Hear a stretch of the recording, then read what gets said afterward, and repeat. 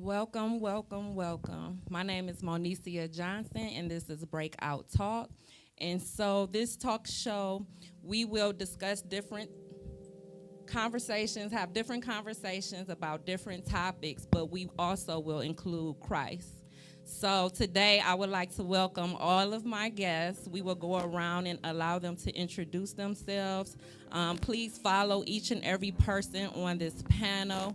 Personally, I would like to thank each and every one of you for taking the time out of your day and your schedules to come here. So thank you for pouring into me and loving me in that manner. So thank you.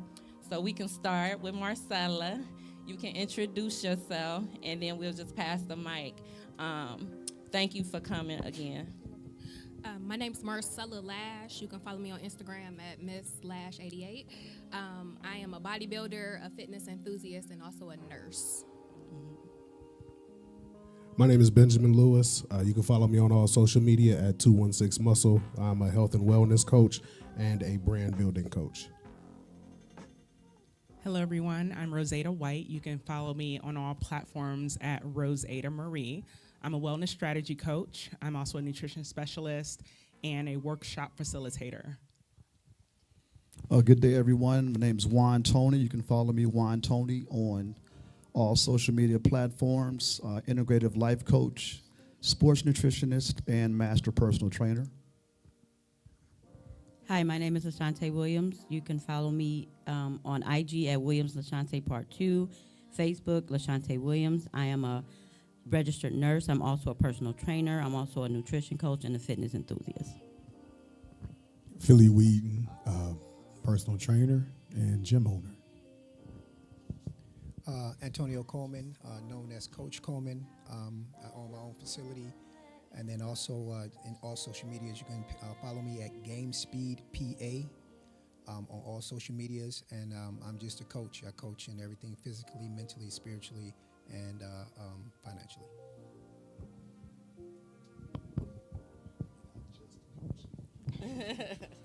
Never say just. My name is Ron Chiselton. I am a you can follow me on all social media at In Pursuit of PT, personal trainer, group exercise instructor, fitness coach, et cetera, et cetera. Been in it for a long time and just getting started.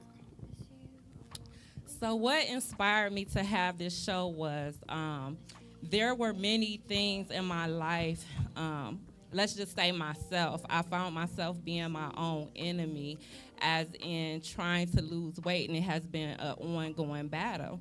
And I've talked to many people, and everybody has their own reason of why it's difficult, why they may not work out, why it's so hard, or they gave up on themselves. And I thought about the church, and when I look around in church, there's so many different people that's there, and we talk about different topics, but we seem to miss gluttony, being overweight or overeating, and these are real things that many people struggle with. And so I wanted to ask if someone can answer this question. A few people can answer this question, but is there anyone here who actually struggled with weight before you got into personal training? Probably everybody but Philly Wheaton. And maybe Juan. No, I'm just saying.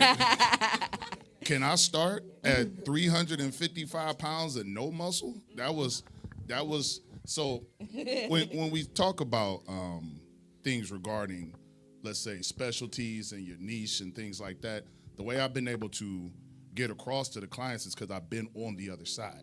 And I'm only 42, so I've been on longer. I didn't drop anything until I was 25. So I've not lived half my life in shape, quote unquote. So it's easier to understand what they're going through, and then you can still differentiate the excuse versus the actual struggle. So yeah, that's probably 80% of most trainers, at least in this area. But I'll leave it with that. So, I started my fitness journey at 260 pounds. And I didn't even get started until I was in my 30s after I had my daughter. And so one thing I've learned over time was it's not always the motivation that's going to get you there, because some days you're not motivated to do anything.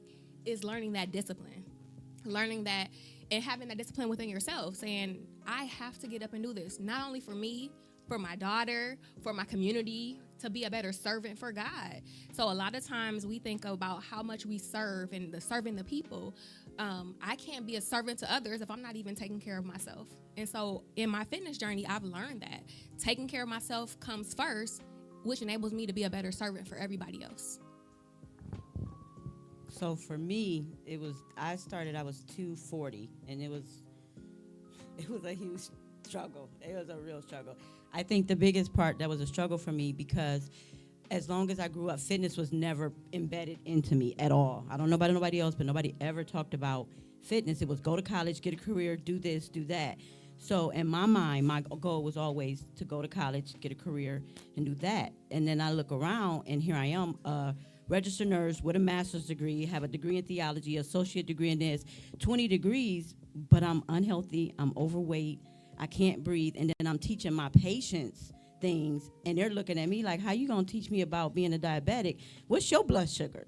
So when you look at, you're teaching somebody the right way, but you can't even follow it yourself, and then there's nobody around you that is preaching it, it makes it more difficult. So like Marcella said, it had to get to where it's the discipline, because there's still nobody around me other than my gym community that is into fitness. Family full of nurses, healthcare professionals, but everybody's the same thing: gluttony, overweight, obesity. We were in the church, have a ministerial license, sister's a preacher's wife, the whole 9 yards. But that fitness piece was never there, because there were certain things that was embedded in it. When I was growing up, it was get a college degree. Focus on that. Everything else was kind of swept under the rug until I became the person that I'm teaching my patient, and I'm looking at them and they looking back at me. And I had a patient say, well, what's your blood sugar? And I didn't understand then why they asked me that. Looking now, and I was 234 pounds teaching them about their blood sugar, and they looking at me like, well, what's yours? And I'm telling them what to eat, what not to eat, and they still looking at me like, really? You're preaching to me, you're the nurse, but you're telling me, and here I am looking better than you. And when it clicks, it's like, wow. It's like, wow. For me, I've actually been on both sides of the fence. I've been an athlete my entire life. But when I went to college to play football at the University of Akron, let me rephrase that. When I went to college and focused on football, women, and mischievous deeds, and then my college education was taken away from me, the ability to play football was taken away from me, and football became a job in college. So the last thing I wanted to see when I left school was the gym. So I was still eating like I was playing ball. I was still eating like I was training. And I found myself at 290 plus pounds. I'll just say plus, because once it hit 290, I stopped getting on scales. So I don't really know how high I got. But I found a faith in fitness, I found a love in fitness, and I found myself in fitness. All I really did was take all of the things that I did in corporate America for over 20 years and apply them to my life and business in fitness. And then I found a part of myself that had been missing. So I was in great shape up until about the age of 25. And then I was in then I was in the worst shape of my life until I was 30. I look at pictures of myself when I was 30 and I look older than I do at 45.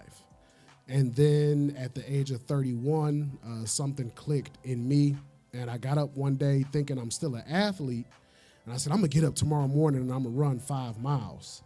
And I ran one, and then I limped one back home, but I didn't stop at that point. I said, okay, I'll run a mile, and then I'll walk a mile. So I would go to the gym, get on a treadmill, run a mile, walk a mile, until I could run 2, and then walk 1, until I could run 3, and then walk 1. And that's when the weight started coming off, and I was able to find my balance in health and wellness. So, Mr. Coleman is here, and he may not realize I was like in my 20s, and we was at a church picnic, and he talked about self-love. and he was stating to us, some of us, about what self-love is. And part of working out and eating correctly is self-love. And the way he broke it down to me, I was looking at him like, you know, it's good to have someone to speak the truth. And sometimes we really don't want to hear the truth, but we need to hear the truth. And those who share the truth with us are those who love us. So if anybody can hit on self-love, as into physical fitness, mental, or spiritually, if you would like to touch on that. It's an open forum, y'all, so chill. Well, yeah, far as first and foremost, you gotta have, love for yourself. Because anytime you wake up in the morning, you get a chance to co-create with the Creator. But we get out in front, and the subconscious get to running our day, and we forget about self. So what we got to do, take time out each day before your feet hit the floor, before you check your social media. Claim to yourself you're becoming a toned, lean, healthy person. You got to put it out there and begin to make the transition, because there's an initial phase. That's the hard part, the first 0 to 45 days when you begin to really try to make that shift. You got to believe within yourself you deserve to be as such. Then you begin to shift and you allow it. That's when the manifestation begins. But it's that everything has an incubation and a gestation process. If you're not totally showing love to yourself daily, it's easy to abort the mission. Let me share the definition of self-love. So it says self-love, love of self, such as an appreciation of one's own worth and virtue. I'm going to read 1 John 3:18 and 20 from the Message Bible. It says, "My dear children, let's not just talk about love. Let's practice real love. This is the only way we'll know we're living truly, living in God's reality. It's also the way to shut down debilitating self-criticism, even when there is something to it. For God is greater than our worried hearts and knows more about us than we do ourselves." And so as we talk about love and the love of God, it talked about self-criticism. How can self-criticism play a part of destroying someone's motivation to get up and to go and to push? Because all of you are not just fitness trainers, bodybuilders, nutritionists. You guys are also business owners, so we can speak from a holistic manner. How can self-criticism destroys one motivation to get up, to do work, to exercise, to be self-disciplined? Well, it takes a special someone to understand where they're at in life, to understand where they want to go. Not everybody is strong enough mentally, spiritually, to know what the journey takes, right? So that's why we have careers and jobs in this business, because we can relate. And not only that, we know what it takes to get to the level you want to get to, no matter what level you're on. I've always said that there's a trainer for everybody, and one person can't train everybody. So you have to, it's a marriage.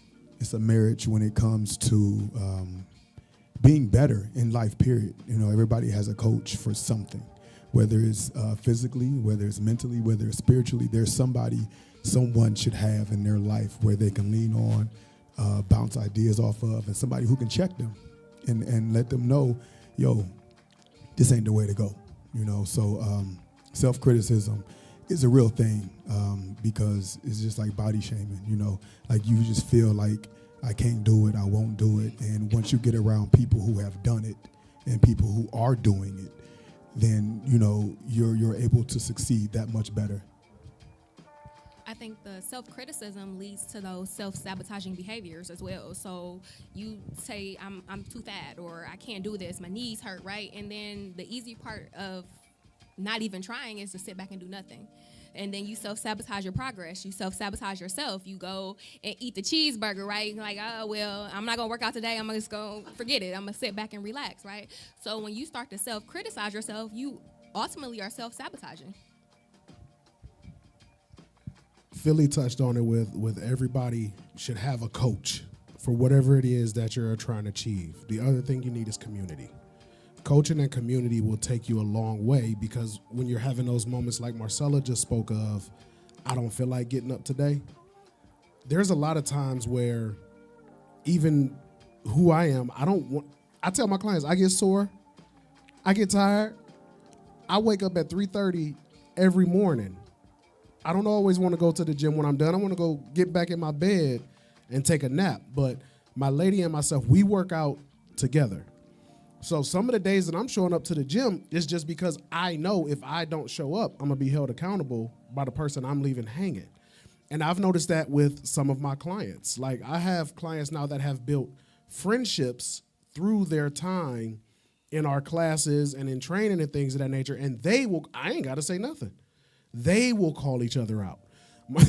Marcella just told me what she wants me to do to some of the other clients tomorrow with their legs. And that's the accountability that comes with the community.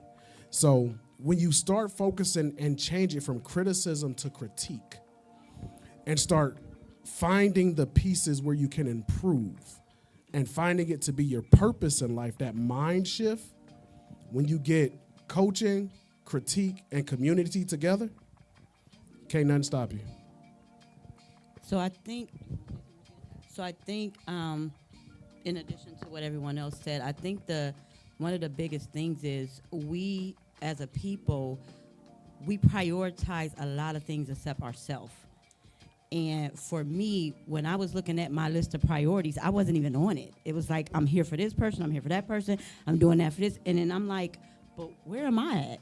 And now everybody around me is looking good, feeling supported, and then I'm not doing it for myself, you know. And I just got into the personal training thing, getting my feet wet still. But one of the things I tell my clients is, you know, you got to give yourself grace. You got to look in the mirror and know you're worth it, you deserve it. Because you show everybody else that they're worth it, why not show yourself?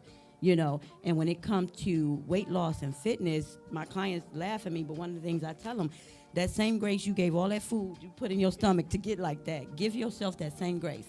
Because you didn't gain it overnight, so you're not going to lose it overnight. So when you have that self-doubt or, you know, that self-criticism of saying what you can or cannot do, as much emphasis as you put into putting the wrong things in your body, put that much emphasis as helping getting them out of your body. What would you say to someone? Tay made a major point. Many people can show up for everyone else, but not show up for yourself. What does it take for someone to show up for themselves? Well, you looking dead at me.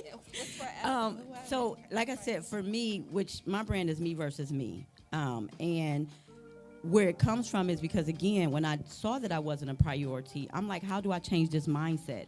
How do I change this behavior? Because a lot of times it's a mindset. Like being said, you don't always feel like going to do anything. And Marcella said it's a discipline.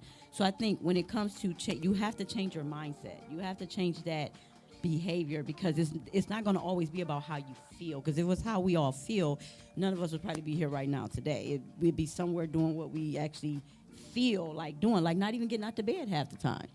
So it's about changing your mindset and realizing what it is that you deserve. Because again, only the work that you do for you, that's what's going to matter. It's not going to matter if Philly hit the weights and he's bench pressing 250, 350. Whatever he do for him, it ain't going to touch on Ron's body.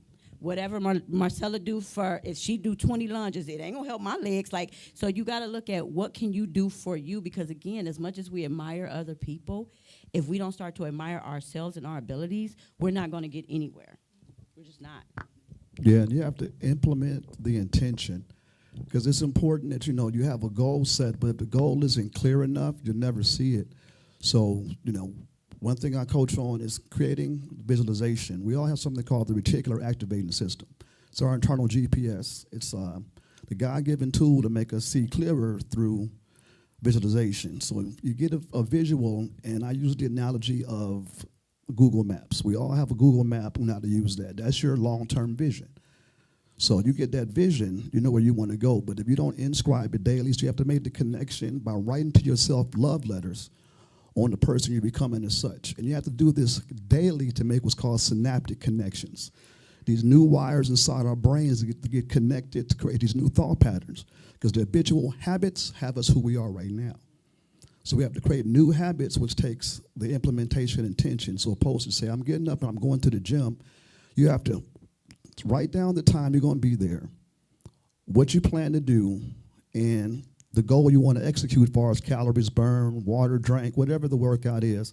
And then at the end of the day, you acknowledge that victory, and that releases something called dopamine. We have these God-given chemicals inside us to keep our energy on a certain level, but we do not know how to tap into them. You set the goal, you hit the goal, dopamine is released.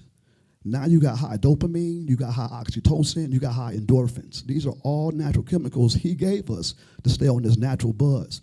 But it takes a team and a community to teach how to tap into that fuel so you don't need that pharmaceutical. Before there was pharmaceutical, there was nutraceutical. God made everything for us, as far as vitamins, minerals, and the thought process to be as such and move as such, but it takes the community to help get out there and make it happen. So I think there's something to be said for many of us not having the capacity, or at least the skill set, to tap into the intrinsic aspect of this, because we're all on this panel, and there are many of us, many people in the community that see us as motivation, and we know that folks come up to us and say, okay, you motivated me to do this, and I started this because I saw you doing this, and you just kept showing up, so thank you for continuing to do that. What can support that long-term success is someone saying, again, intrinsic versus extrinsic. Am I internally able to motivate myself? But that comes from that employing accountability. And when, as Tay talked about and Marcel's talked about, how we don't do enough to pour into ourselves first. Well, many people don't know why that's important. So you've got to do the inventory for yourself to say, why is it important that I show up for my daughter? Like, get deeper with it, because that's going to be the thing that fuels you when motivation doesn't, when it's cold and crazy outside, or when you wake up with a headache, or when it's nice outside, and you're trying to, everything else is threatening to thwart your progress or the steps that you need to take to continue to live a better life. But if you're not in a space where you have that deep down, well, why am I doing this? Why am I showing up? And if someone's not holding you accountable to that, how many people have you talked to? I'm talking to us up here, where they say, I'm ready, but I gotta, homecoming is coming, and so the baby needs whatever to, my heart, and he going, and then it's prom, and then it's their sports and their things, right? Not understanding the first thing, and that's where that self-love comes back into play, where if you're not in touch with showing up for yourself, okay, here I go. You're telling yourself a lie if you're saying that you're doing this because you love them. If you're not showing up for yourself first, that is the true testament of the love that you're giving to them. You have to be able to give it to yourself first, because we love to say, you can't pour from an empty cup. Yes, and what are you filling your cup with? Because if you're not filling it with the right thing, I don't want it. Are you not showing up for yourself from a place of integrity? And I don't mean, what do you do when nobody's watching? I mean from a sense of wholeness and fullness.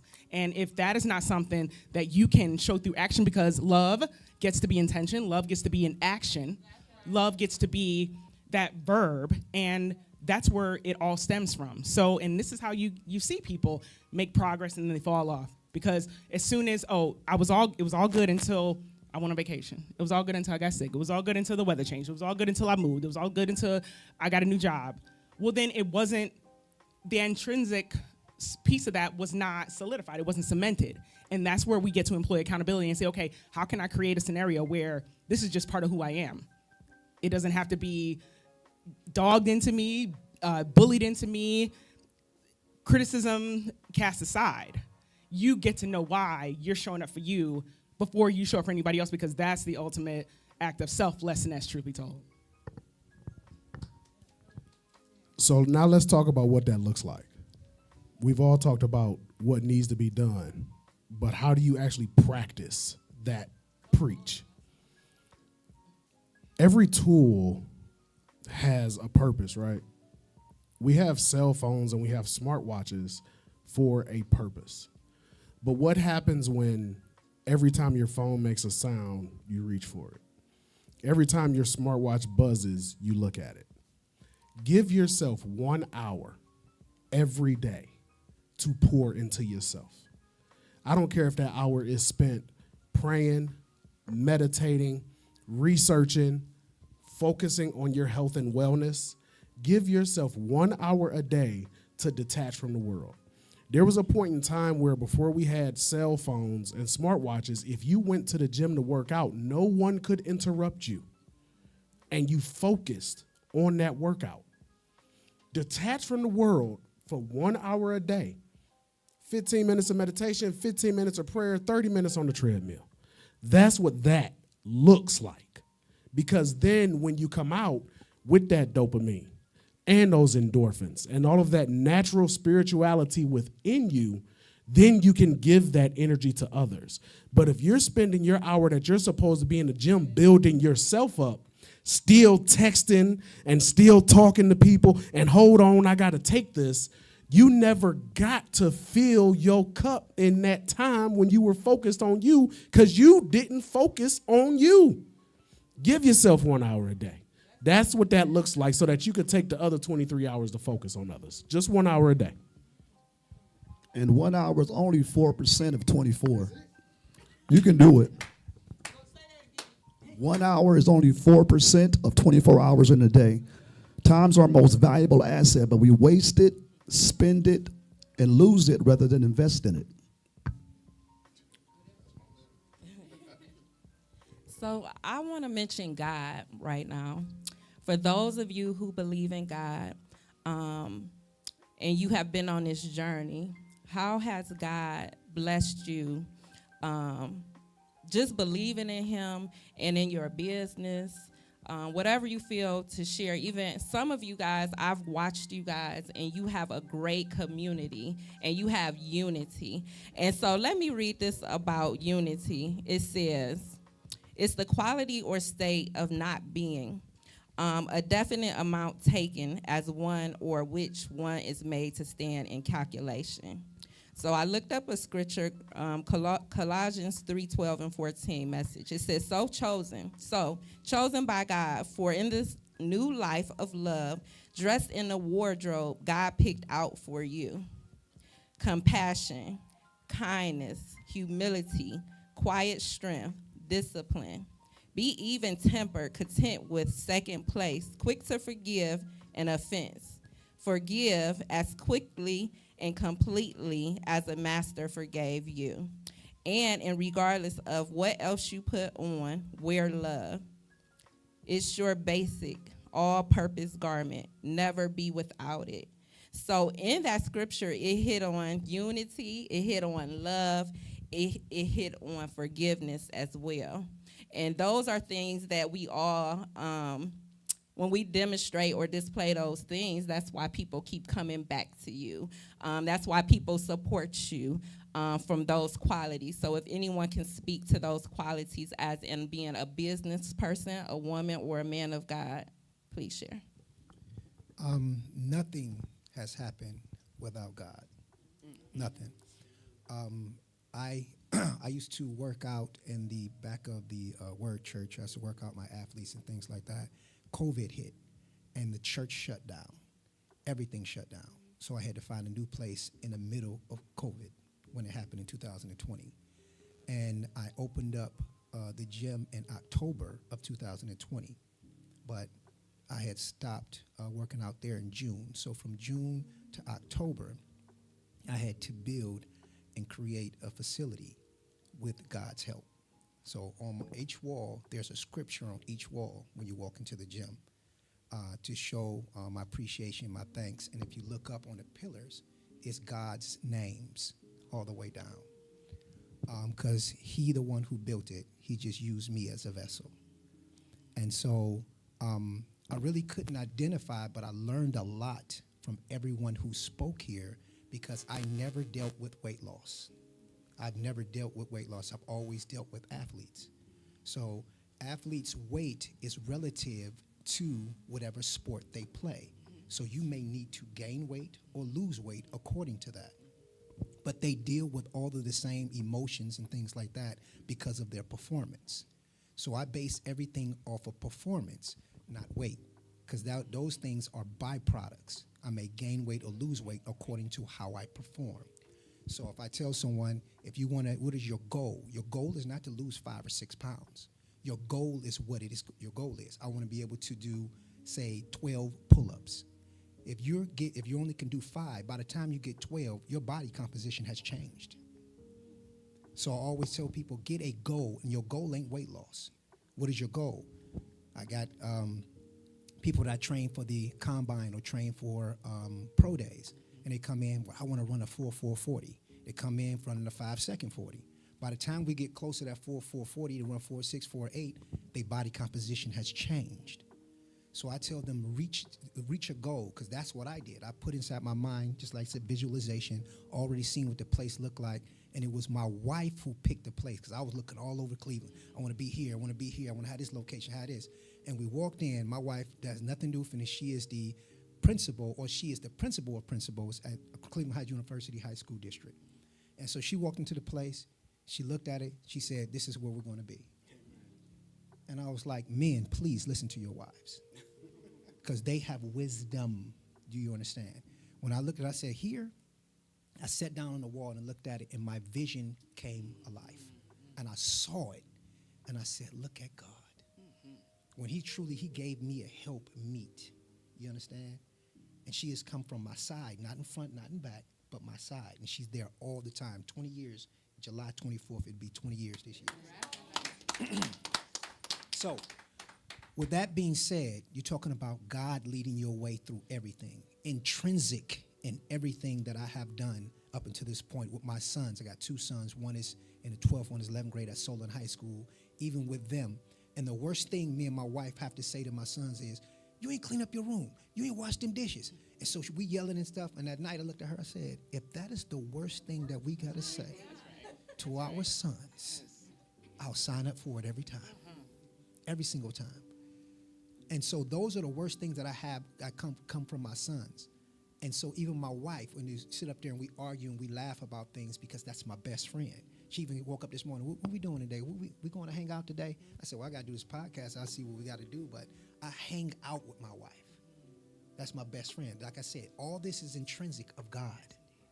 He blessed me with that. And I'm going to tell y'all, I don't have time to tell y'all my story, how we met in 5th grade.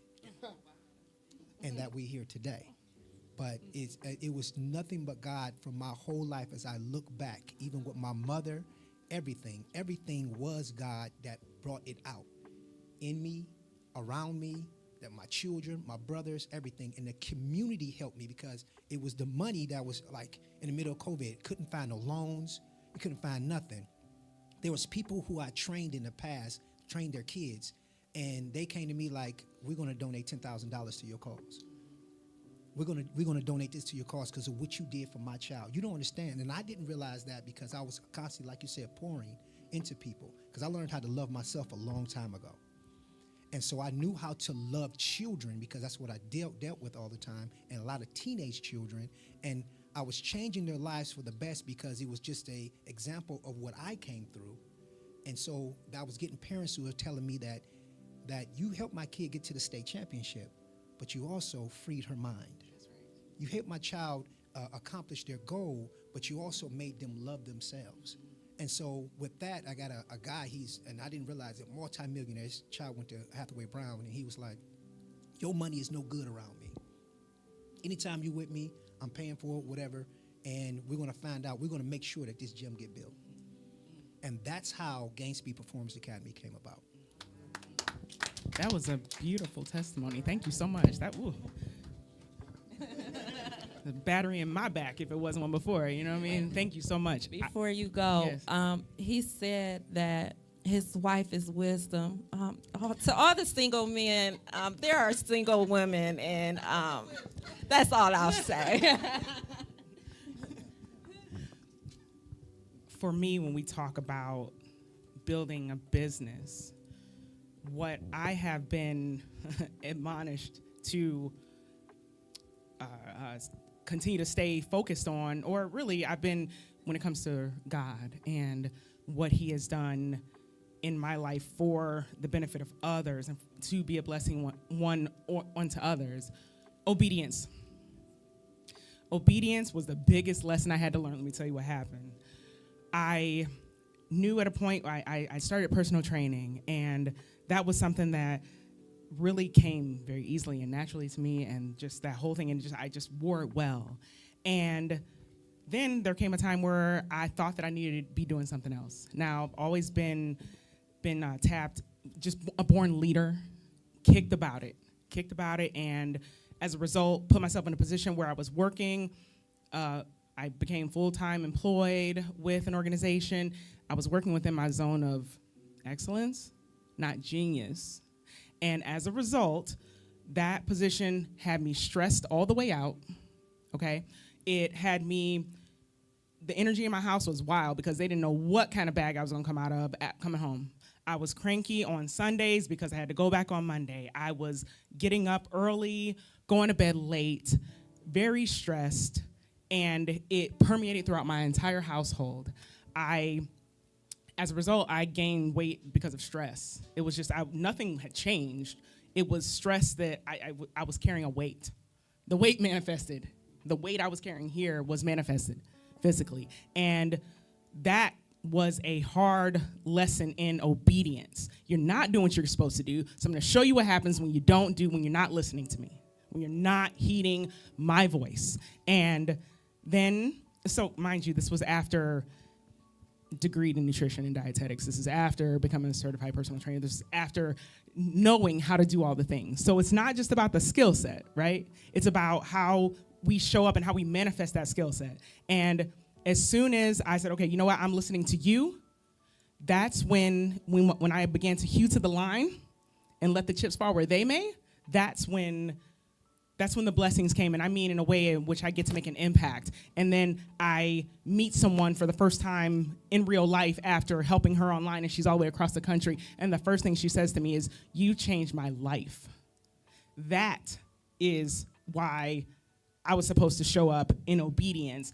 And that is something, that's inventory I have to take every day, because there are so many things out here that threaten to, oh, there's this opportunity, and come on, it's time to get this bag and this collaboration and this opportunity. And it's like, does that align with your assignment, truly?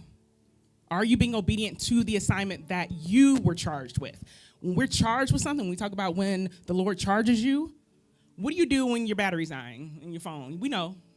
We don't want to go past 49%. Where's the charge? You got a charger? What kind of phone you got? Right? We've been charged. Being charged is energy being put into you. Electrical impulses. Now you get to do something with that. Now there's power there. What are you doing with that? Are you deciding that you're going to ignore that charge? Because you know what? That's going to light you up in a different way. I would advise against it.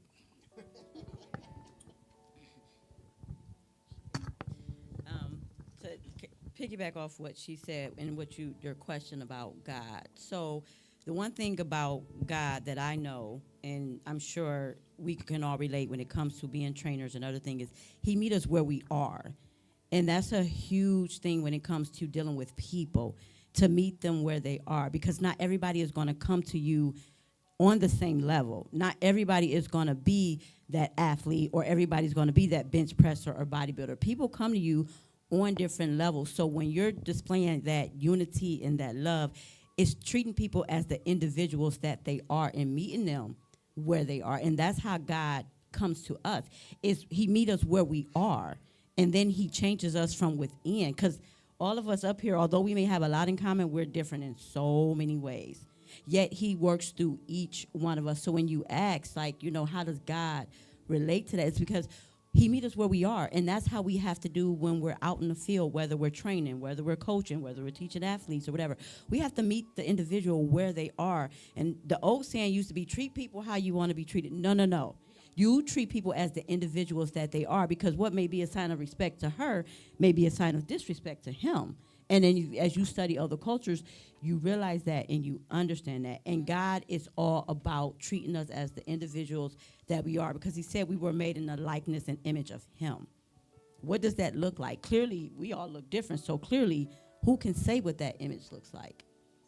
So when it comes to God, yes, that's how you incorporate God. You meet people where they are, and that's how you reach them.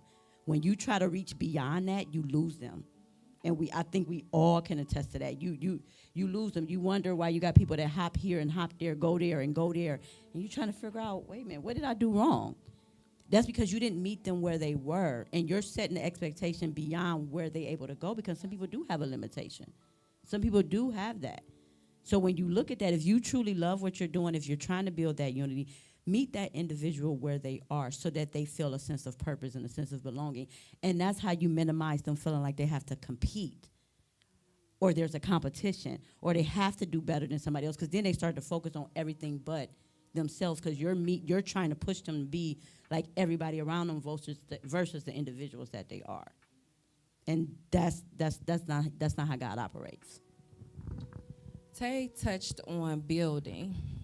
So I would like to ask, what does it take for a trainer, a bodybuilder, a nutritionist to build on their community, to build the community, to build trainers, to build the gym, the business?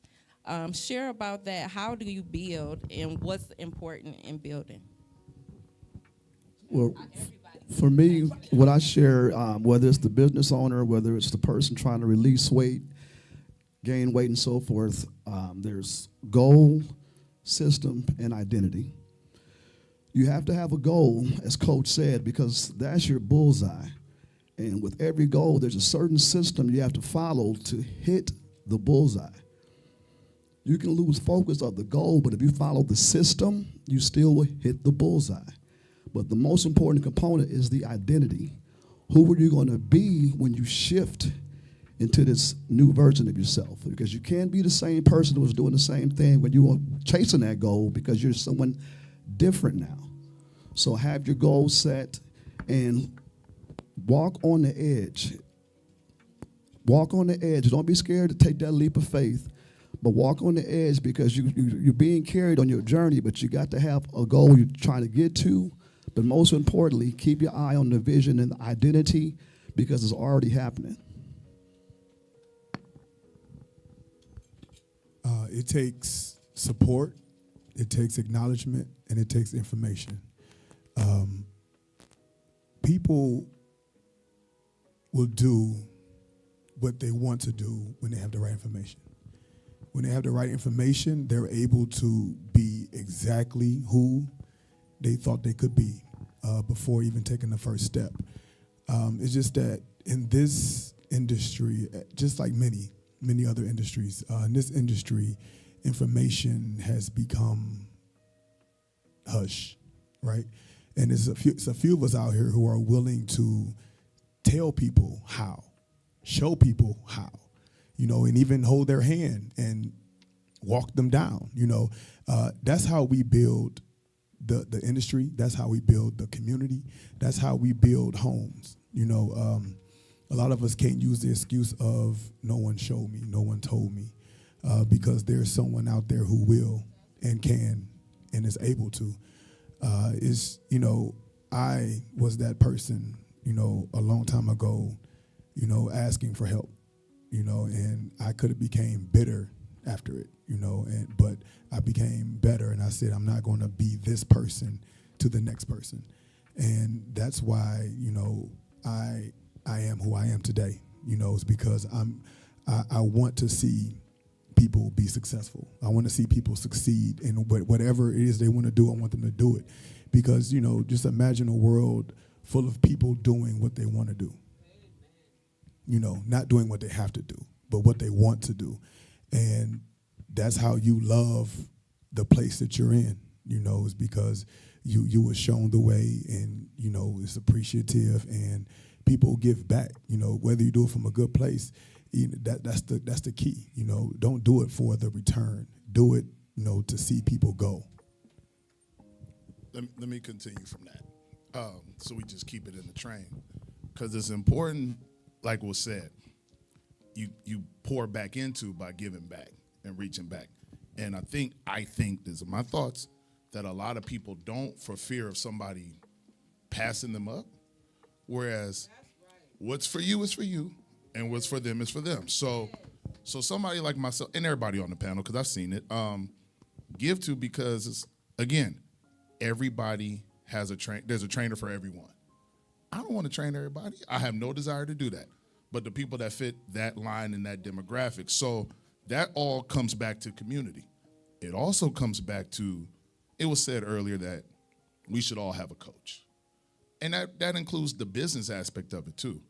So when I'm asked, hey, who's your coach? I always go back to mentors and I always name them in order of how I met them and why I met them.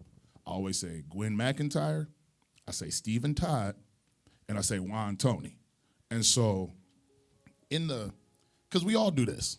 And I went this way, and then I went this way in the fitness part. Didn't lose, but was losing at one point. 2014, 15. And I was back into corporate America out of like main fitness for a little bit. But I knew who Juan was, didn't know him personally. And it was one of them things, this is when God puts people in your life. So Juan remembers the conversation we spoke on a few months ago. Now, what he doesn't know is the conversation I was having because I was lost, looking for stuff. Give me a sign. Got the sign the next day. I'm talking about free game. He had to get that to me. This is when you see the Tony Robbins of the world and people out here doing the prosperity thing and everything, and they charge you, a brand new car for like the seminar and things like that. Now, Juan came, I was working at a bank. Juan came in, doing his thing, and then talked to me and then said this. Basically gave me a different version of a vision board. But with that one piece, it then opened everything else to be able to navigate and find everything I was looking for. But it started with that one thing. I thank you for that. And it always comes back to, you have to do it that way. You can't just withhold information like, I got this, go find it on your own. No, I'll give back. Because like, what does it look like for me to keep something and then you take it and go meet somebody I'm never going to meet in life anyway?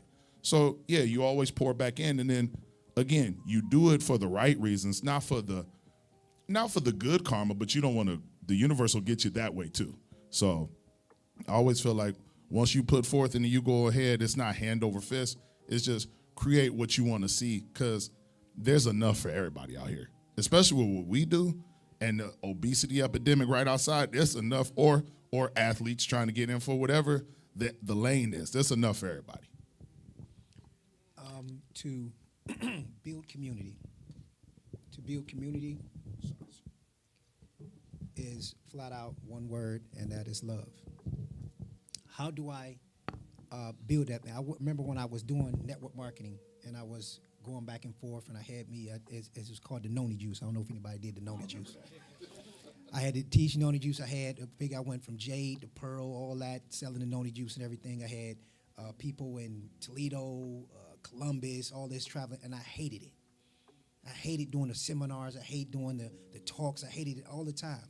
And so I went all the way down to Atlanta to find out. There was a guy who was speaking, and he said that if you do not do what you love on a daily basis, then you're going to have a job. But he said, but if you do what you love, you will never work another day in your life. And so I was just like, man, what do I love more than anything? And then that's when I started learning in church at the time that your love is your passion. What are you passionate about? And I'm here to tell you that people will pay you for your passion. So I was training, like I said, in the back of the Word Church, and I was training. There was a guy who had a son that played soccer. And I'm telling you, I had like zero equipment. We was doing box jumps on chairs. We was doing, just basically no equipment. I was trying to do my best, whatever. And I explained to the guy my philosophy and what I do for training kids or whatever. And he like, so, how much do you charge or whatever on my son to work out with you? So his son now is in the military. He's actually a Navy SEAL. And he actually trained with me from when he was 11, 12 years old, all the way until he graduated from high school. And so I asked him not too long ago, I said, why did you pick me to train your son? He said, it was your passion. the way you explained to me what you were doing and why you wanted to do it and how you wanted to pour into these children, I wanted my son to have that. And he said, I didn't know how to give it to him, and you did. So I paid you to train my son. And that's when I understood that passion, people will pay you for your passion. They will pay you for your love, what you love. So to come in and train with me, you have to first go through an assessment. I want to assess you. I want to see how you move biomechanically. I want to see how you follow what I say by being coachable, things like that. And then I tell the parents that if I'm going to take their money or not. Because if your kid truly wants to do this, they'll tell me that through their body language. They'll tell me if they truly want to, be involved in this, because I'm not here to just money grab. I'm here to actually help these children. So once I do the assessment, then I tell them, how many days a week they should work out, things like that. So then now they see my passion, my love for what I have, and then now I see the love that they have for what they want to do. And then I see the parents' love for their children on how they want to now pour into their kids to be able to get this. So when I say that, building your community, how I have done it, is through love, love, and love. You got to make sure that you love what you do, that you pour into these kids, and that you're helping them with something that they love. And I tell you, parents will pay for them before they pay for themselves. And so with that, I then now have some of the parents and things like that working out too, because it was like, well, we want to get some of this as well. And I'm just like, okay, so what I want you to do is I want you to go home and I want you to throw away your scale. I don't even want you to look at your scale anymore. I want you to set your goals, and we're going to reach each goal. How many push-ups you want to do, how far you want to run, how fast you want to run. We're going to do those goals, and then I want you to take your clothes and things like that and try them on after a month, and you tell me then, are you looking like you want to look? Because we can sit on that scale and go back and forth on that scale and get very discouraged about that scale because it fluctuates every day. So I don't even want to even look at the scale. What I may do, I may measure you for some inches, but I never look at the scale. So I don't, this facade of weight loss of you got to lose weight, you got to lose weight, you got to lose weight. Because sometimes we'll lose a bunch of muscle along with the fat, and then we're looking like a trash bag. I mean, just keep it real. So we want to make sure that we're building hypertrophy, we're building the muscle, along with losing the fat, and then you start to look like you want to look. Yes. Amen. So that's how you build a community. You build it with love. For any of my clients that may be listening, that's going to sound real familiar. At 216 Muscle, we're built on 3 principles, and they do not include the scale. My gym used to be in this building on the 3rd floor, and my clients know they were not allowed to take the elevator. What? Yeah, no, you're here to work out. Take the stairs. But the 3 principles are, number 1, do I feel better physically? And that could be something as simple as that first time you took those 3 flights of stairs where you got to the top, you might have been out of breath and wheezing. A month later, you'll realize just taking 3 flights of stairs has become a simple task. Number 2, do I like the way my clothes fit? Every 6 months of training, you need to be donating your clothes to the Goodwill or the thrift shop or something like that. Don't give yourself the excuse to go back in and put that extra large on when you know you were just in a large a week ago. Do I like the way my clothes fit? And number 3, when I am standing butt naked in the mirror and it's just me, am I happy with what I see? If those 3 things are aligned, you will be healthy, you will be happy, and you will be balanced. And that's the goal. So you don't necessarily need that scale because we talked about the self-criticism. You could be changing physically. You're going to be the last person to recognize it. So that's why we'll use side-by-side photos.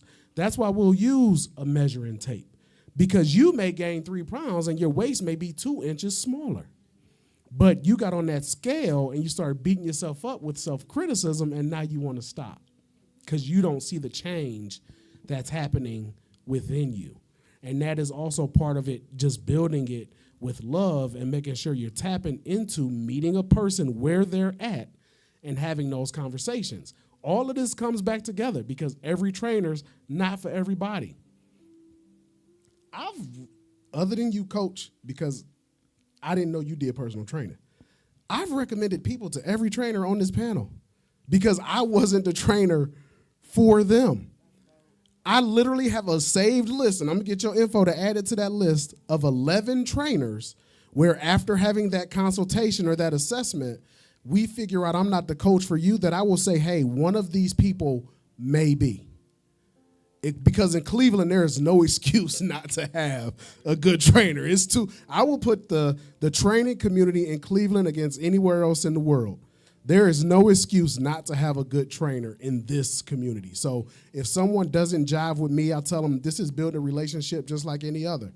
And if we find after a couple dates that we ain't supposed to be together, there is someone for you. And here's 11 people for you to choose from. I say you try one of them out. Take that trainer and double it down and put whole fitness. Amen. Amen. My foot on that. It's unmatched. It's it's unmatched, and I'm proud to be a part of it. And so when we talk about building community and building the business, right? For me, what I've learned is in building the business is it's important to have that board of directors, as it were, right? Or that you want to have people around you who know more about a thing than you. I know where my, again, zone of genius is. If there are aspects of my business that are lacking and I don't have the skill set to execute a certain thing, there's somebody who does. And chances are they love to do that thing that I've been procrastinating and putting off and making excuses for why I'm not making progress in this area. But guess what? You get that dream team, and that's how you win. So it looks like on the surface that there is just this person, this personality, this that is just making it happen. But there's somebody who helped me get clear on messaging or who it is I want to talk to and what I want to say when I talk to them and how to make sure that I don't go broke doing it and that it is, and then I'm doing the things that I need to do in order to allow the business to grow, right? There's that aspect because this looks very, part of the struggle with many of us in our community is that we look at this thing from the outside in and not understanding that this is a top-down operation. Nothing can happen here without the thought process or the shift occurring. And so you see where, and I often compare that to the subject of nutrition, where it's like, well, I've been doing all this in the gym and nothing's happening. Well, what did you eat today? Today? I mean, it's only 2:00. We think that because we see that gross motor, that's where the action is. This is an inside job, y'all, and then we get to talk about that spiritually too, right? So when you're looking at that, the community, your community in the business, make sure that you are tapping people who know more about a thing. One of the most successful women in business I ever looked up to, I remember she was interviewed in a newspaper and they were like, what's your secret? She said, everybody that I employ is smarter than me. That means they have a skill set that she does not have, and she gets to lift them up by leveraging that in order to build a business, right? That creates a really beautiful ecosystem. Now, when we talk about how do I approach the community to allow you to step into my brand, Lifestyle Fitness Training, or LIFT for short, the philosophy is such that you get to train, you have an opportunity. Every passing minute today is an opportunity to turn things around. You get to train mind and body to be fit for the life you want to live. So why am I wanting to get into shape? Because maybe I need to, whatever, even if it's carrying all the groceries in at once. Even if it's so you can play on your grown-up league, or so you can get up the 3 flights of stairs, or so that when you suffer an injury or have to have surgery, you heal faster, you're more adept, there is agility, there's vitality there. You have an opportunity. Again, that's how it works. Here's the thing. We need to listen to our community. We love to, and leading with that ego being that enemy at times. If I decide that I want to give you salmon and you're asking me for, peanut butter and jelly, and I'm using that comparison on purpose because I may think that you need all of this we gotta shoot from the hip and we gotta take it from the top, and it's like, well, I don't have that skill set to get there yet. I don't know how to make salmon yet, but I know how to make this peanut butter and jelly. But if I come out and I'm like, well, I think they need salmon, and then nobody's buying my salmon, I'm not listening. I'm ego driven, and I haven't tapped into. I don't have my finger on the pulse of the community to know what it is they need and what they're asking for. Exactly. Listen to what they say. Give them what they need in order to get them, and then one day they're gonna look up and be like, I think I'm ready to make salmon, and we can rock and roll. But you have to, again, have a team with you that cares about your vision, and you allow them to support you in order to support the vision, and then tap into your community to listen to them so that you know, and know your audience too. Because, I mean, like that whole trainer for everybody, that's the reason why that is because if you're talking to everybody, you're talking to nobody. You better know who your audience is. I know that it is my mission to support business owners and leaders and visionaries in shifting their relationship with food and movement so that they can make an impact on their organizations and their businesses. I can't reach everybody, but if I can reach some of these leaders out here and they're making a change and then people are looking up to them and then they're creating a shift as a result, guess what? I've made that impact. That's that ripple effect I'm after. We have to know who we're talking to with intention so that we can all thrive in ways that support the greater good so that Cleveland gets to be the consummate hub for fitness enthusiasts so that the communities far and wide look to us and say, yeah, we know it's some hitters there and we need to learn from them. And that's how we all win. So we have some bodybuilders in the building. So I would like to know from Marcella, what inspired you to take the journey of being a bodybuilder? How did you get there? So when I started my fitness journey, I had never imagined going into bodybuilding. I had no desire into going to bodybuilding. Like I looked at it, I was like, that's never gonna be for me. It was the people I surrounded myself with. My fitness community, these are like my family now, my fit sisters, right? I aligned myself with them. And as they were pouring into me, that drive poured and flowed into me as well. And so when I talk to Bree, when I talk to Sam, when I talk to my fitness community, I'm like, And it was me having self-doubt. So I said I never wanted to be a bodybuilder because I never thought I was able to, right? I kept doubting myself. It was that self-sabotaging behavior. I'm like, I don't want to do this. I can never do this. And it was these women, Philly, Ben, Ron, people pouring into me and saying, hey, you can do this. What's stopping you? Take the first step, right? Let's do this. And that's kind of how I shifted my mindset. And it was really right after the pandemic when we were forced to work out at home and I started buying fitness equipment and I was working out in my basement, doing charged up in my basement, doing Ben's classes in my basement at the park, running around. And I'm like, okay, I can stick to a regimen. I can be disciplined. And then that transitioned and I'm like, okay, let me find a bodybuilding coach. And I met my coach and he put me on the plan. I said, okay, I can follow this. And it was staying disciplined to my goal. And I was like, okay, I could do this. And the funny part about bodybuilding, minus winning those trophies, that discipline transitioned to other areas of my life. So instead of now being a bodybuilder, I decided to go back to school for my master's degree. And because I realized that I could be disciplined in this area of my life, I can be disciplined here. And so I went and I was competing and pursuing a degree, finished it, competed, won trophies. Then I went on and said, hey, if I can be disciplined there, let's see where else I can go. What else can God use me for? So I decided to go back for a doctorate. And so realizing that bodybuilding might have been one goal, okay, but what's next, right? I met that, but what's next? Not stopping here, but continuing.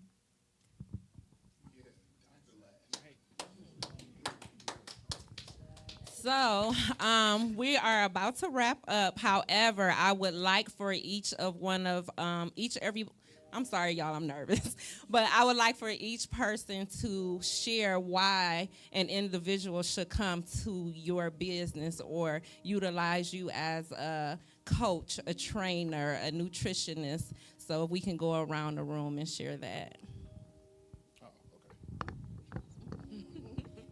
First of all, I was a bodybuilder too. I'm just retired.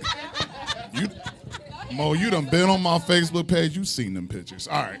Not even serious. Okay.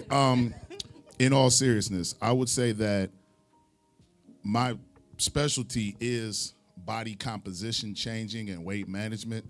So if you're looking to, I get why some people don't use the scale. I don't all the time, but sometimes you do, so you can actually break down what it means. Scale, measuring tape, this, that, and the third. If you want that along with a specific kind of nutrition, nothing I do is cookie cutter. My specialty would be towards, so this changed and this is what it means and this is why it's doing that. So if you want that, that's the kind of training you want starting at 5 a.m., then we can do with that. I do a lot of athletic fitness training for athletes, whether you play basketball, football, lacrosse, soccer, whatever it may be. And I think the difference between my agility, speed training, strength training is I start with the feet. 25% of the muscles, tendons, and ligaments in the whole body are in your foot. So when you come to me, 90% of the workouts you're going to be doing them barefoot. You're going to actually strengthen the foot and the ankle complex, which is your foundation, which then you're going to be able to move faster, be stronger, and be able to be more agile and increase your speed in your 40 if you so choose to. Coming to me, you gain knowledge, you gain information, you gain your self-esteem. And in the process, you become a much better person, a much better boss. I'm pro-entrepreneurship, so everybody around me knows that if you want to talk about stepping outside to do something different, I can help. I'm resourceful. I'm definitely not selfish in this industry, and that's me.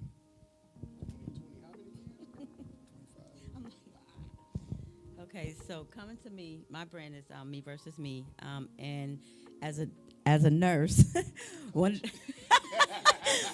of the things that I've noticed that that is drawn to me is I train right now. Most of my clients, I train a lot of people that have ailments such as diabetes, thyroid issues, a lot of health issues where they, being told what they can't do because of this or they can't do because of that. So I kind of bridge the two together the three actually, between the fitness, the nutrition, and then the health aspect of it. And I really break down and work with them to show that I know what the doctor said, but this is what God said, and this is what we're going to do, and this is how we're going to do it.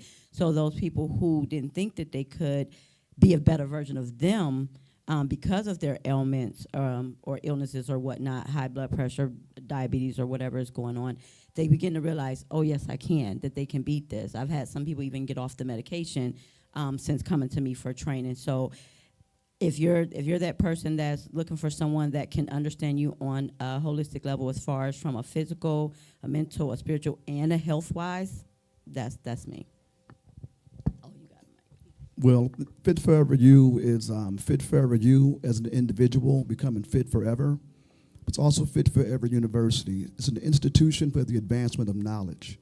So what I coach on is making any intangible attainable by securing the bag.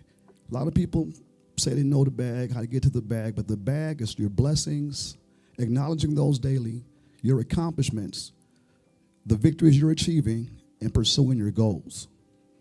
And I had the opportunity during COVID, because, it's just the renaissance about 4 days ago when we all had to shut down. So I'm just want to kind of bring it back when God had all of us sit down at the same dang time and realize what we want to do with our lives. I have been battling for a long time, being a chest-to-chest person and coach, but now what I'm going to do, and from that begat the Fit Forever virtual experience. So now I have clients all over the world that I talk myself out of trying to go this route because I wouldn't set myself up virtually.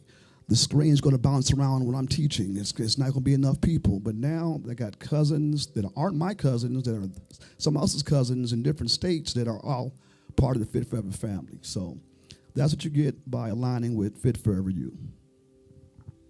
The way that I support my clients, and as aforementioned, really the focus, or those who have been drawn to me, I put it like that, because again, out of obedience, I had to look at my roster at one time and say, what do all these people have in common? And what they had in common was I mirrored their experiences. They were leaders in their respective fields or business owners and really good at those things, right? But suffering with a blind spot when it comes to their personal wellness. And not knowing that there's someone who gets to be part of their personal board of directors, right? In really creating a shift in lifestyle, really shifting that food and movement relationship. And also where I found those that I work with, why we work so well together is because there is that appreciation for accountability, because it is their job for the most part to hold others accountable. So they need that soft place to land, and they respect that expertise that they don't have, right? So, and then also my joke, it's funny because it's true, the best jokes are the truest ones, the ones that, you know, step on toes, right? Raise your hand if you have run out of space in your phone because of what you have screenshot, bookmarked, and so on and so forth, recipes and IG workouts that are nonsensical and all that. What have you done with those things? So my specialty is wellness strategy, so that you get to create shape and form out of those things that you no longer do they just literally take up space, right? You get to put them into action, and it allows you to learn how to fish as opposed to me giving you fish. And that's why that, you know, that virtual aspect really works, having clients all over the country and having those precious moments when you do, there's that jewel of a time where you maybe meet somebody in person and it's like, there's a flow through, right? And again, being in a space, I came to that similar to you where it's like, okay, pandemic, but I had a hybrid kind of situation going on prior to pandemic. But what made me really lean into that aspect and really teaching strategy is because if you're only getting the thing done when I see you, it's not working. If you're saying, I just really need you to just be in front of me to tell me one more rep, and then that's therein has its place, and we all like benefit from those type of scenarios, right? That community is important, and that human connection is important. But if it's not an effectual working if it's not consistent, regardless of where you are. I love being able to create strategy with my clients around, all right, we're traveling for work this week. What does that get to look like? Are we planning what's to eat around there? Now, clients, they're not booking hotels if it doesn't have a gym. They're not booking hotels in food deserts, right? Or Airbnb these days, okay, so do we have our shopping list? Do we know, are we going to make sure that we're letting the people around us know what time we're on so that we don't have the excuse of, but somebody else was cooking and they don't do it like I do. Well, then you do it like you do, right? Accountability is key. And so you come to me to become a better leader, business owner, guide, visionary, and now you get to be the actual master of your respective universe. So at 216 Muscle, I kind of pride myself on being a training coach. I tell my clients all the time that if you're coming in here and you're really locked in and you're willing to listen and pay attention, after a year of training, you should be able to build your own programming. You should be able to plan your nutrition. At this point, you're paying a coach for accountability, mentorship, and to make sure you're showing up for yourself. But you should know how to work out after a year of training with me. You should know how to handle your nutrition after a year of training with me. I train everything from children to high school athletes to professional athletes. So, we do strength and conditioning. We have group fitness classes. But the major thing is a balanced approach to health and wellness. So if you're looking to train with me, you can visit 216muscle.com. And we've got everything for you because we got the group fitness classes, we've got small group training, and we have personal training. So I might actually be the only one on this panel that's not a trainer yet. Okay, keyword. Yeah. But I'm the accountability partner. So I have people message me all the time with their goals, and I'm holding them accountable. I'm dragging them to the gym. I have a couple of friends now, 5:30 in the morning. We meet at the gym a few days a week, and we're working out. We're doing cardio. They're asking for advice about what to eat, asking for advice about how much cardio to do, what to lift. I'm watching their form. So not a trainer yet. Coming soon. But by practice. Right. Just not by time. Still, yeah. So coming soon. And We did not talk about nutrition.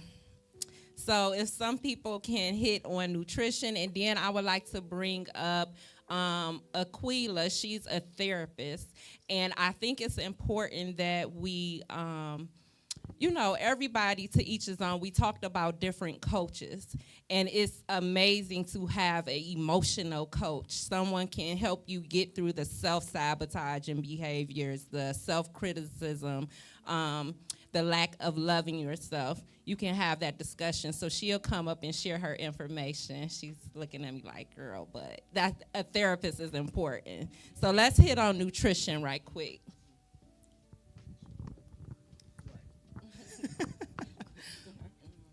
When it comes to nutrition, it's heavy. It's heavy because it is. It's a heartbreaking industry at times because it can be convoluted. There is so much information out there. There is so much misinformation out there. And from the approach that I take, it's evidence-based. It's not arbitrary. It's not because I'm being paid to sell it. It's not because it's never an extreme tactic. It's always with that education knowledge base and that education on how to choose your foods that work for you. Shifting the mindset, because I can go in any particular direction. I'm a scientist and I will properly geek out, but this is not the time. That's why you should reach out if you need support on that area for me. So, but when it comes to that mindset shift, so let's be honest. When we talk about food, all of us can relate to how we use food to celebrate, right? If there's a meeting, is there food, right? Is it, you talked about going somewhere after this because somebody about to celebrate an anniversary, so food, right? We mourn with food. We get through study sessions with food. We sell all the things, right? So we have to respect the part that food plays, and it's not just fuel. Because we sitting up here we can tout that food is fuel, that's obvious, right? Where that gap is understanding that there is that emotional connection with food. Yeah. And there's a relationship that we all have with food, whether it's insecurity or food aggression and things of that nature. So are we addressing why that is the case? And that's where the shift occurs. I've worked with people who maybe it's okay, we need to take a step back because you're not maybe as ready. And then they come back to me and they say, you know what, I got with a therapist and I have experienced fat loss now. Because the mindset shift, something has shifted in a way where they're tapping into deeper issues behind that relationship with food. So that's something that we get to respect and we truly get to acknowledge. And for me, as I'm talking to people about how they're fueling themselves, I invite you to get curious. I invite you to ask questions. I invite you, this is a nice litmus test. If someone gives you a recommendation and they're telling you that this gets to be what you're gonna do, now there's a time and a season for everything, right? In order to get them trophies, there's certain things you gotta do, but you know that that's not the way that you're going to be living every day, right? And that's an extreme sport, for real. So again, there's a time and place for everything, but we're talking about somebody who's just trying to get the best results possible. Ask yourself if you have been given a recommendation that you can't sustain for the rest of your life, you need to call it into question. You have the ability, you get to ask questions and show up for yourself and advocate for yourself. Don't just believe because somebody said, oh, here's the latest tea or whatever the case may be. Oh, that makes my soul itch. Because it's well, where's the come from? Where's the evidence? Where's the science? What does it do and why? Ask questions. There's way too much information out here that we are just allowing ourselves to receive, and it's an error and it's irresponsible. And so that's why I am very intentional about how I make recommendations that I make, whether or not you need to be referred out if this goes deeper than your ability to prep a meal, right? And knowing that, again, it doesn't have to be extreme. And it's not going to look like what you, and also too, when we talk about this last thing I'll say for today is when we talk about how we view food, good or bad, I want to invite y'all to trash that today. There is no good or bad food. It's just about what aligns with your goals. Case in point, good food, chicken breast, broccoli, brown rice. Hey, right? That may not be good for a vegan who has celiac issues. That's a bad food to a vegan. The chicken ain't happening, you know. If you've got diverticulitis, rice ain't happening, okay? So this good or bad, this polarization that we have in these opinions, this is why we get extreme and we can't sustain the results. And then now you have annihilated your metabolism because you've starved, and now the hunger cues stop talking to you, they whisper, and then they just go silent because they're not listening to us anyway. And then wondering why, I don't eat all the time. Why am I walking around with this excess? Because your body's trying to keep you alive because it's smarter than us sometimes. So recognize and respect that it gets to look like something different for everybody. And for the love of everything holy, the reason why we're here today, please fuel yourselves, okay? Who the first one of us is trying to go to Cincinnati on a quarter tank? I mean, you could try. Right. And you know what? Even in riding around the city day to day, riding around with a quarter tank is going to abuse your fuel pump. And eventually you're going to have work done on the car that you don't need to. Fuel appropriately. And by the way, you're not putting water in the tank. So it's not just fuel. It's about the quality of the fuel that you're using, right? Get intentional and know that it's not an overnight thing. It's not normal you might lose 10 pounds in the first week of something. Somebody says, well, you know what, the tea worked for me because I lost 10 pounds in a week from now or whatever. But you know what you also did? You probably stopped eating refined starches, right? You stopped drinking that nightcap. You did, the person who gave you that tea, they said, you know what, make sure you cut this stuff out too. And it wasn't that.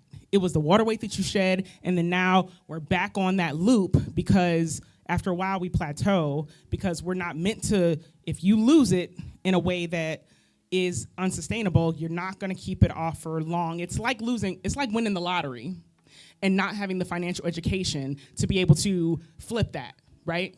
And that's why folks go broke in a year out from hitting that big ticket because you weren't accustomed, you don't have an appreciation for how you got it. Whereas when we can talk about generational wealth, you've been taught skills and you know how to manage that wealth. And so if you've been given the right recommendations to allow you to sustain that thing, now you are living off the interest, right? As opposed to, oh no, I'm not gonna sustain this because I don't have an appreciation for getting there. And then you're wondering why your body's not responding to these extreme tactics anymore. I denounce it all. Eat whole foods. Eat whole foods that you like. Enjoy them. And don't beat yourself up because it's about balance. And when I say balance, I don't mean like being everywhere, doing everything all at once. I mean showing up in the moments that matter. And sometimes, you know what? Yeah. It is an alignment to have that catfish sandwich. Because you're celebrating something. But we not out here like eating catfish sandwiches like every day. Okay? Because what that look like? So it just, again, showing up in the moments that matter. There are times where it's okay to have a cupcake to celebrate your child's birthday or whatever the case may be, right? That moment mattered. So that's not a good or bad food. We don't punish ourselves that way because we're saying we're good or I was good today. So I'm because I didn't eat something or I was bad today. That's you judging yourself. And we were told not to do that because we don't have the capacity to do that. We don't have the right. So you are self-criticism shows up big time, and then that perpetuates more indulgence and then more stress eating, and it just continues to spiral you.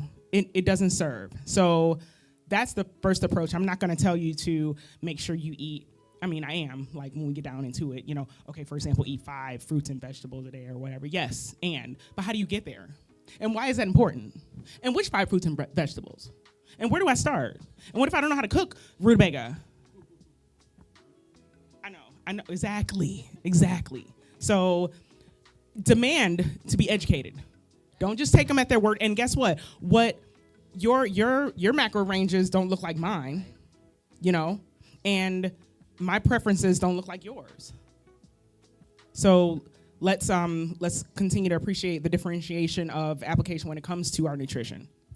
So what Coach was saying is, far as those macros, that's just a big word for food, your proteins, your carbs, your water, and your healthy fats.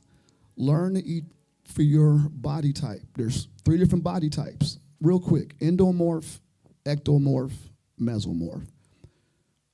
Endomorph, ectomorph, mesomorph. So Google those and then take a look in the mirror and get a resemblance of what you look like. And then just to answer, I believe, was Jessica's question. No coach up here, I'm pretty sure, talks about diet. The first 3 letters in the word die, it is die. We coach on how to heal and eat healthy. So find a professional and reach out to whoever you feel you felt touched you today.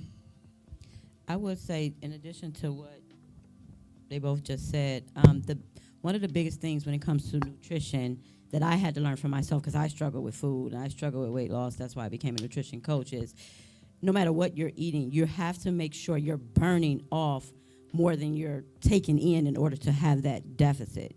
You're not going to, I see some of the questions coming across the screen, you're not going to lose weight by burning off 500 calories, but then you go to a buffet and say, well, I went to the gym today. It's not going to work like that. So without getting geeky, there has to be a deficit there. There has to be something extra you're burning off that you're not consuming so that your body can start that shred. Because without that deficit, it's not going to happen. If you're eating you're eating healthy and you're eating your proper nutrition and you're eating what's for your body type and all that, but you're sedentary and you're doing absolutely nothing, you're not going to lose. Even eating the most healthiest of things, you're not going to lose if you're not in the gym, if you're not outside, if you're not somewhere getting that physical aspect of it, and make sure you're burning off more than you're consuming, versus the other way around, where a lot of people think because I go to the gym I can just eat whatever and it's going to be okay, and then when it's not, then they're not happy and they're upset about it because they feel like, nah, I'm wasting my time. I think the piece that will close the loop on that, the deficit is important, and you shouldn't always be in a deficit. There got to be a point where you're at maintenance, right? So that your body can actually learn to work with the metabolic processes, right? So that you don't end up eating muscle. And then it turns into the deficit that morphs into the calorie, the quality of the nutrients that you're taking in, right? So that you can hang tight. We should not always be in a deficit, but you got to get to a point where it all balances out. So, and I think that's the piece that are missing with a lot of folks. They just think that, and then that's that diet mentality where I always got to be losing. Well, maybe your body is set to be at a certain weight. For whatever reason, 195 is mine happy pay. It's just, okay, this is where we at. This is what we doing. But guess what? I can pull the foundation up if I need to. And so it gets to be a different aspect of what that nutrition gets to look like for a person. Just to keep it real simple, I'm going to take it back to being biblical. In the first chapter of the Bible, God talks about what you should eat. We talked about fueling a car. If I have a Lamborghini, it takes a certain type of oil, takes a certain type of gas. If I got a Corolla, if I look it up in the manual, it tells me what type of gas, what goes inside that Corolla in order for it to ride efficiently and for it to last as long as it can. So with that, God gave us the same thing biblically. He said in the first chapter of the Bible that I will give you seed-bearing plants, leafy green vegetables. These are the things that we should put inside our body. But we have been smarter than God, and so we didn't add additives, preservatives, pesticides, everything to make food more, GMOs. We done made all kind of different foods. But if we just keep it simple and find the seed-bearing plants according to your geographical area. So that's another thing that we should understand, that we should eat according to our geographical area. Not just necessarily that I need to eat other stuff from other places. And it's fine that you do it every once in a while, but we should eat most of the time what is in our geographical area, seed-bearing plants. Then 9 chapters later, he said that you will have the fowl of the air, that you have the beast of the sea, and they have the creepy crawly things, and you should eat these things. But we have been smarter than him, because when we put them full of hormones, we want to mass produce them, so we put all kind of different things inside them. So that's why we have a lot of the nutrition that goes into our body. We should shop for our local farmers, go and talk to our local farmers, and find out exactly what are they growing and what are they putting inside the meat. And then if you go to some of these local farmers, which is, I'm going to put this out there, Cernan's Farm, which I went and visited myself, and the cows and everything that they feed is, they feed them from the grass. They don't give them hormones or anything. But it costs like $10 a pound, because it takes her 3 years to raise one calf to slaughter, not 6 months at McDonald's. Okay? That's the difference. And so, like you said, not getting to all the science of it and everything like that, but we need to educate ourselves. Leafy green vegetables, nuts and seeds, lean meats, and then everything else we can. Like my son's birthday was yesterday, and I had me one of them nut and butt cakes. Man, them dogs is good. But I'm not eating nut and butt cake every day. You can have it every once in a while, but what do you put in your body 99% of the time? God bless. I was going to touch on that too. You can't eat right Monday through Friday and then say, I did good. All right, the weekend here, right? You can't work out Monday through Friday, and then when the weekend comes, you turn that switch off. It's a lifestyle. All day, every day. You can have a cheat meal, not a cheat day, not a cheat week, not a cheat month, and not a cheat year, right? It's a day. You said a cheat year? Hey, I've seen it. People,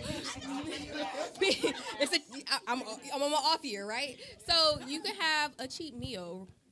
You can eat right throughout the week. Make sure it's sustainable. You don't have to do these big drastic highs and big drastic lows. You don't have to feed salads and cucumbers 24/7, right?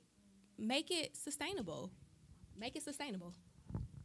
Let me say one thing. So the year started with Cat Williams going on Club Shay Shay, and everyone went on the internet and claimed that 2024 was the year of the truth. So let's get a little honest. When people call any of these folks, do not waste their time.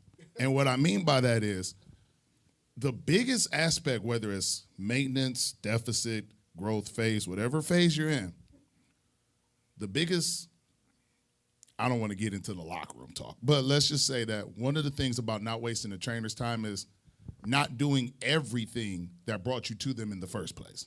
So that goes into your way didn't work, which is why you called them.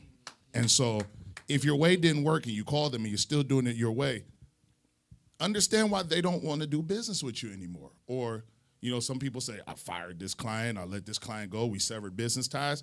And that's getting into the mindset of, I'm not ready yet, or things like that. So listen to you. You're seeking out the advice. So don't ask for the advice and then go do your own thing. Your own thing is what brought you to them. That's point one. Point number two. So you said no cheat day, month, year. Year's a lot. So what I will say is Ben spoke on Cleveland being the fitness hub, right? So let me take myself out the equation. I'm removing myself. On this panel, we have some of the dopest class instructors. So I'm speaking to a specific demographic of people that like to pocket calories. It doesn't work. So when you come, you said don't eat at 2 o'clock, so I'm gonna treat myself, right? What I'm speaking to is the demographic of people that will wake up, starve, go do charged up at 10 a.m. on Thanksgiving and use it as an excuse for gluttony. It's not the right thing to do. What I'm talking about is somebody that will salad for the week and say, Ben's got Sunday service coming up, so I'm going to do that. And this Apple Watch is my excuse to then go to Golden Corral. It's not the right way to go. So in that regard, it's, again, if you're seeking out the information and the knowledge from the people, then respect it to the effect of your way didn't work and give that a shot. That's all I ask. Elder Linda has a question. She has been giving us amens and everything. Give her a mic right quick. I don't really need the mic. Okay. You want me to have it? Give here. Here, I'm going to be obedient to everything that's going on.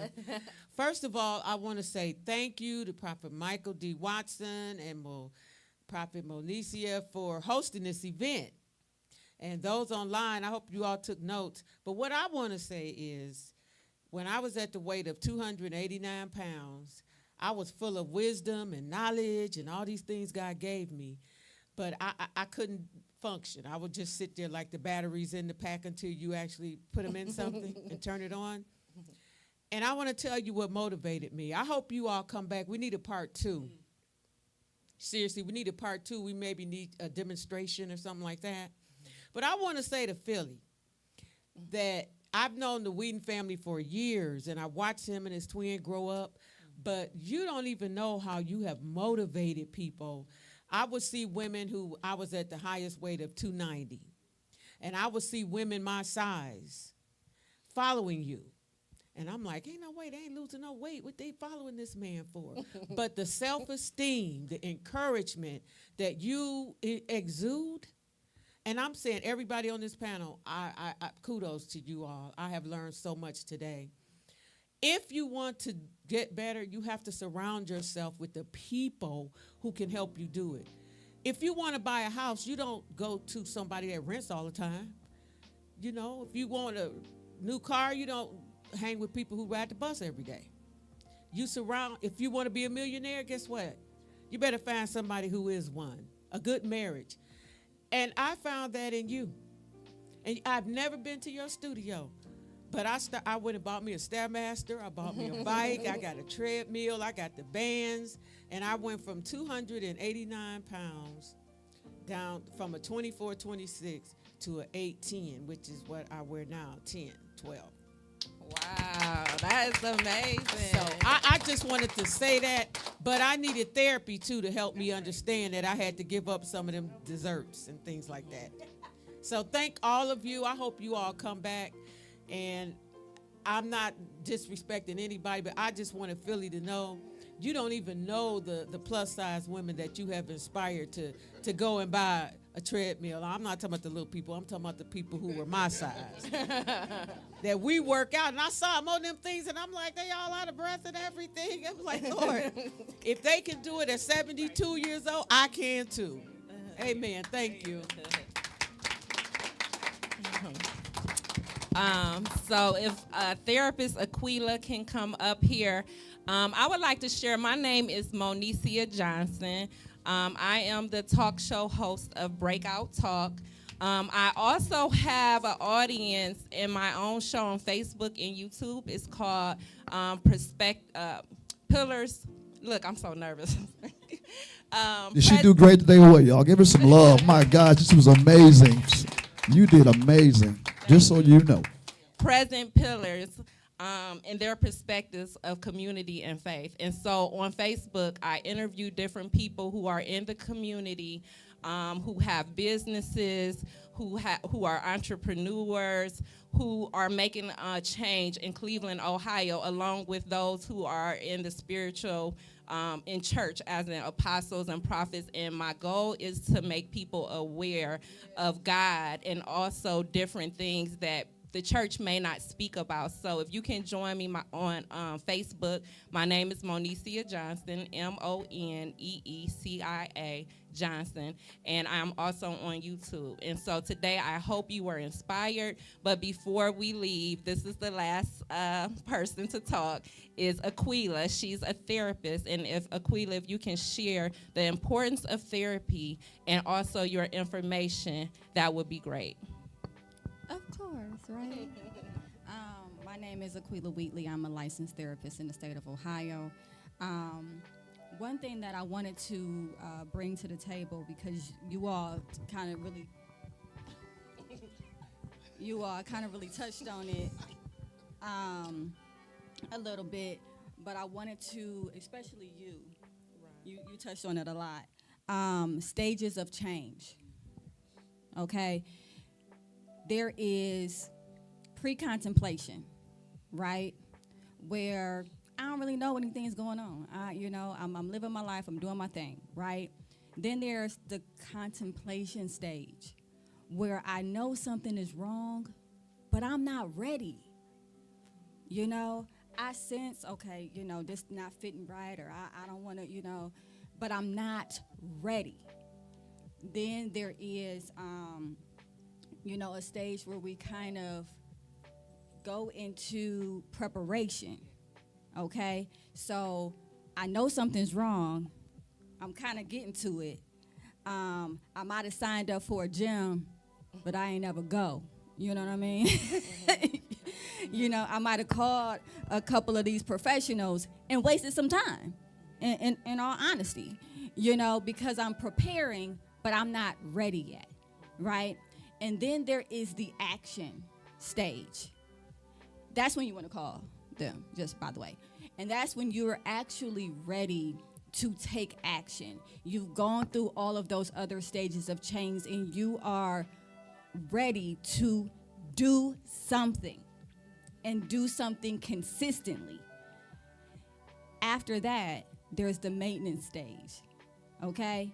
So after that, you have to get to maintaining it. So it has to be something that you can continue on. It can't be a goal that is so outrageous that you can't maintain it. When you talk about being in a deficit all the time, that affects your mental health. That affects your emotional health. If you're not eating, if you're not feeding yourself, if you're not, feeding your brain, you're going to be foggy, you're going to be irritable, you're going to be sleepy, you're not going to be operating at your best self at all. So you have to be mindful of who you are. You have to set goals, I say smart goals, that are reasonable, that are attainable, that are timely, right? Set those goals and then get to a place of maintenance where you can maintain that, where it can become a lifestyle for you, because it's very important. Thank you for sharing. Also share that you have your own show as well. Share that. People can check you out and get a demonstration. If she's the therapist for you, she is pretty dope, y'all. Go ahead, share it. I have my own practice, and supportiveadvice.com, right? So if you're looking for a therapist, I do marriage and family therapy, individual therapy, family therapy, and you can find me there. I also have a podcast, Supportive Advice Live. It airs on Thursdays on Facebook and YouTube. And upcoming, I'll be on, I knew that's what you were talking about. Upcoming, there is a new show that I'll be doing called Damage Control on Cleveland Zone 95.9 WOVU. So be sure to check that out. Yes. So, again, I would like to thank all of my guests. And do you see how we came together today? They all came to support me at Breakout Talk. They didn't have to, but I appreciate each and every one of you, and thank you so much. So this concludes Breakout Talk, and thank you for watching. Thank you for coming, and reach out to you a trainer, an accountability partner. All right, see y'all. Have a good day.